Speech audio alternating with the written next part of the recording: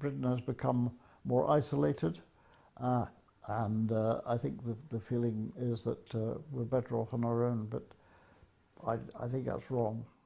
Well, I was the MP for this area for 30 years, and at the time of the referendum, I was the chief whip of the Liberal Party, which was a very small group, and the government set up two organisations, one for, one against, and I was the set Liberal member of it. I think we only had about half a dozen MPs at that time, but I was the number two in the party at the time, and was put on with these well-known figures just to make the thing work.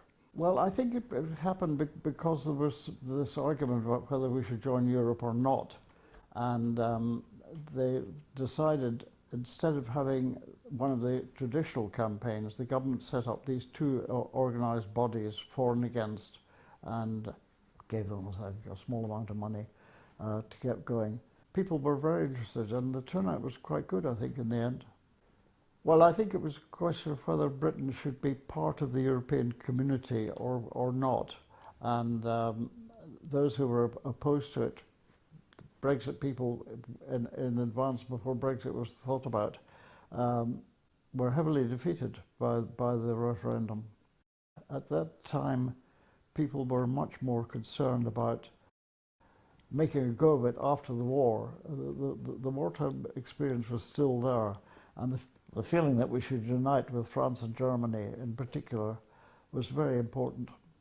The logic of the situation grabbed people, and I think people realized that our future lay in Europe, and that's why they went with it.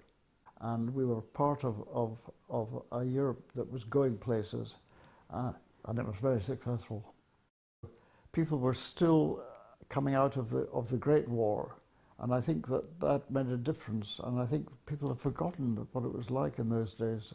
Now, people of my generation, well, the older generation is gone, and although I was a young man at the time, I'm now quite old, and you know, I think it's quite difficult to look back and realise that it's not the same as it was in those days. So I think the fact that we have America looking over us in a rather patronising way was not the case in those days. In those days, I think Britain was very much standing on its own feet and able to do its own thing. I think people have retreated from the object of working together with others, and I think that's a shame. Well, I still hope that the new Labour government is working very hard to try and get a reasonable easing of restrictions so that Brexit doesn't become a harsh thing, and we weave our way back into Europe.